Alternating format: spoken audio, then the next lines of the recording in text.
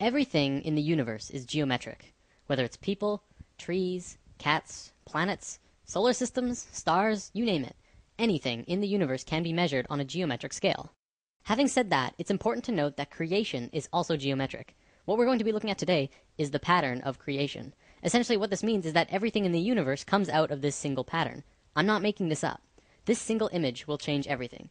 When I mentioned in Lesson 5 that the ancient Egyptians and even more ancient civilizations knew about a deeper, basic understanding of the universe, this is the flower of life, and it is also the creation pattern of everything in existence. Even non-tangible things, emotions, thoughts, music in its entire spectrum, everything comes from this image. Okay, so there are 13 information systems that comes out of the flower of life. Today, I'm going to show you how physical reality can manifest itself, which is just one of the 13 systems. In future lessons, we will look at more.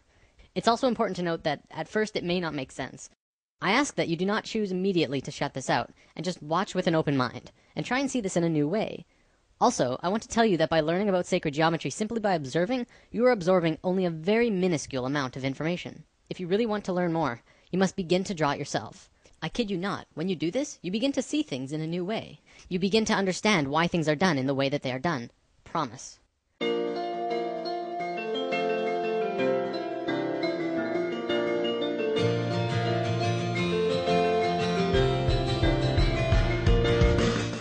The flower of life was known around the world in ancient times. It was found in Ireland, Turkey, Israel, Egypt, China, Greece, Germany, India, and Iceland. It's also been recorded to have been found in England, Tibet, Japan, Sweden, Lapland, the Yucatan, and I think 14 other places.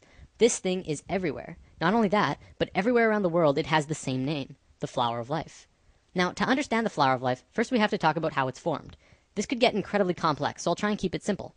Imagine consciousness, or spirit, floating in a void, which means it's nothingness, and then spirit. No physical body or mind, just spirit, and that's it. Then blackness, essentially nothing, all around the spirit, for infinite. Spirit decides to do something, so it expands its consciousness all around itself as far as it can go without moving. It creates a sphere around itself. This is the first circle in the flower of life. Then, spirit has an awareness of what's around itself in 360 degrees. It moves to the very edge of the sphere anywhere, and repeats what it did the first time. It creates this image, which also creates the Vesica Pisces. Within the Vesica Pisces is a vast and incredible amount of knowledge about width, proportion, depth. Also comes the square roots of 2, 3, and 5, which are all numbers that go on forever. But even more interestingly, comes geometric information about light. We'll talk about that in a moment.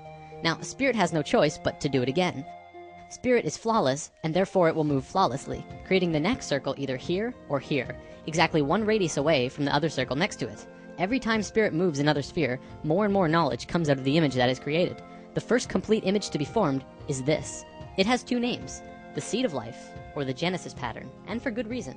Now, let's look at the book of Genesis for a second. Each of these movements or creations of circles can be seen as another day. On the first movement, the second sphere, it created knowledge about not only mathematical proportions, but light. The first sentence of Genesis says, "The earth was without form and void, and that the Spirit of God moved upon the face of the waters." In the very next sentence, God says, "Let there be light." The key here is in the order. The movement happened first, then light happened immediately after. Well, but what about the waters? Well, you have to remember that the Bible has been changed over time a lot. The ancient Egyptians would say that the way our modern Bibles begin creation is impossible, especially if you think about it from a physics point of view. Imagine a dark, infinite space that goes on forever and ever in all directions. You're just floating there with nothing. You can't really fall, but where would you fall to? From a purely physics or mathematical point of view, motion itself, or kinetic energy, is absolutely impossible in a void. You can't even rotate, because motion cannot become real unless there is one other object in the space around you. So the ancient Egyptians would say that before God moved upon the face of the waters, it would first have to create something to move relative to. So, Genesis pattern, after 3 spheres, you get the Holy Trinity. Another interesting one, it says in many Bibles of the world, not just the Christian Bible, that on the 4th day of Genesis, exactly 1/2 of creation was completed. Starting from the first motion, exactly 1/2 of the circles were formed on the 4th day. 5th day of Genesis, 6th circle, more information, and then on the 6th day, a geometric miracle takes place. The last circle forms a complete 6-petaled flower. This is what many earlier Bibles meant when they said, "In the beginning there were 6." Our Bible even said creation was formed in 6 days, and this fits exactly. This is the pattern of Genesis, and so it's called the Genesis pattern. It's also the beginning of the creation of the universe that we live in. These original movements of spirit are really important, but now let's look at something even cooler. Another image that comes out of this pattern is this. It's called the Tree of Life. Many may recognize this as the Jewish or Hebrew Kabbalah, but the Kabbalah did not originate this image, and there is proof. The tree of life does not belong to any culture, not even the Egyptians, who carved the tree of life on 2 sets of 3 pillars at Karnak Temple, Luxor, over 5,000 years ago. It's outside any race or religion, as with all of these images. They are patterns that are intimately connected with nature.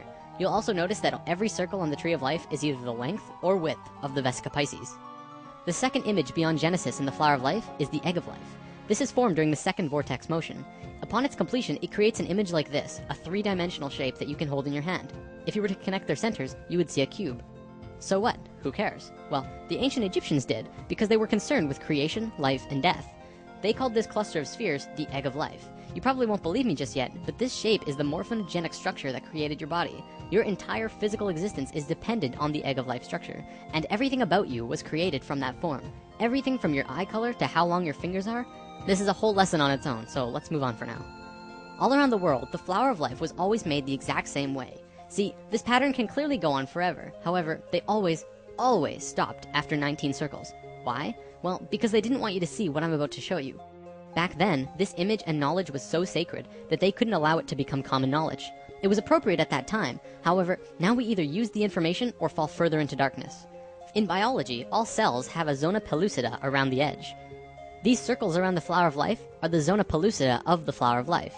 You must remove these, then complete the spheres that were cut off by the zona pellucida. With one more step, you will have the secret. Finish the drawing, add the final missing circles, giving you this. This image is the fruit of life. This pattern of 13 circles is one of the holiest, most sacred forms in existence. It's called the fruit because it is the result, the fruit, from which the fabric of the details of the reality were created. Remember when we talked about male and female energy, lesson 4? As you can see, this image is female. It has no straight lines. However, when you combine male lines with these female circles, something amazing happens. What you do is draw a straight line from the very center of every single circle to every other circle in this image.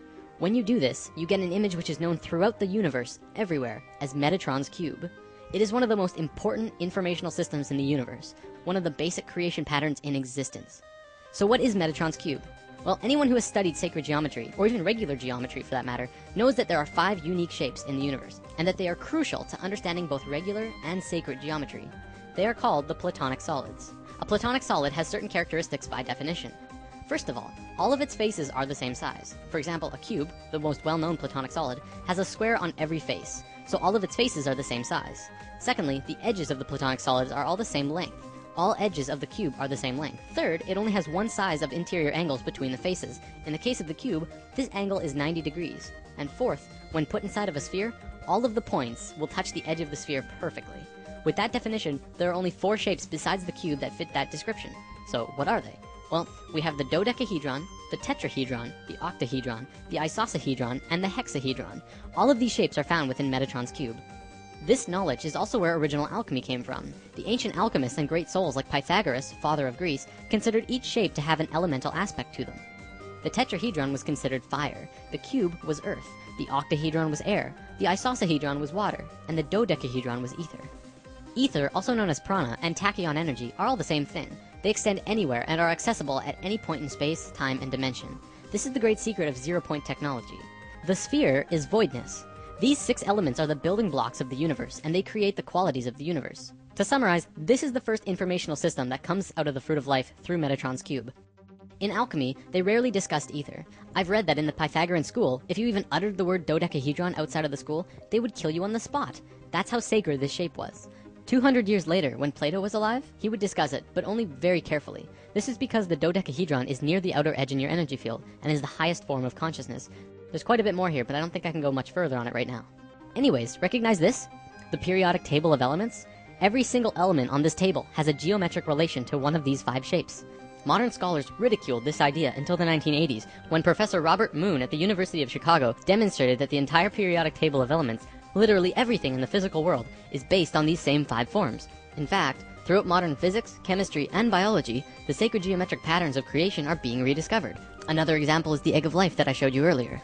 Hopefully that will help you to understand just how incredible and important of a discovery this truly is.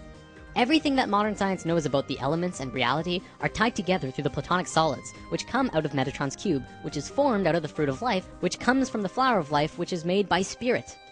Damn. Whether you're convinced yet or not, this is the missing piece of the puzzle. It all comes down to spirit. Don't forget, This is just one of 13 informational systems that created the universe. If you want to study this on depth in your own, the best resource I'm aware of is the book The Ancient Secret of the Flower of Life. Alright, I'm going to wrap up with something I think you'll enjoy. Do you believe in aliens? Even after lesson 5, I realize many of you might be skeptical. Would you believe me if I flat out told you that aliens have been coming to Earth and helping us for a very long time now? No? How about now? This is the flower of life in a crop circle. Remember, the flower of life is not only tied to everything in the universe, but consciousness, spirit, as well. Here's another one, and another one. Here's the Vesica Pisces in a crop circle. See, by creating these crop circles, aliens have been actually affecting and helping the consciousness of the planet. Do not fear aliens. They're here to help.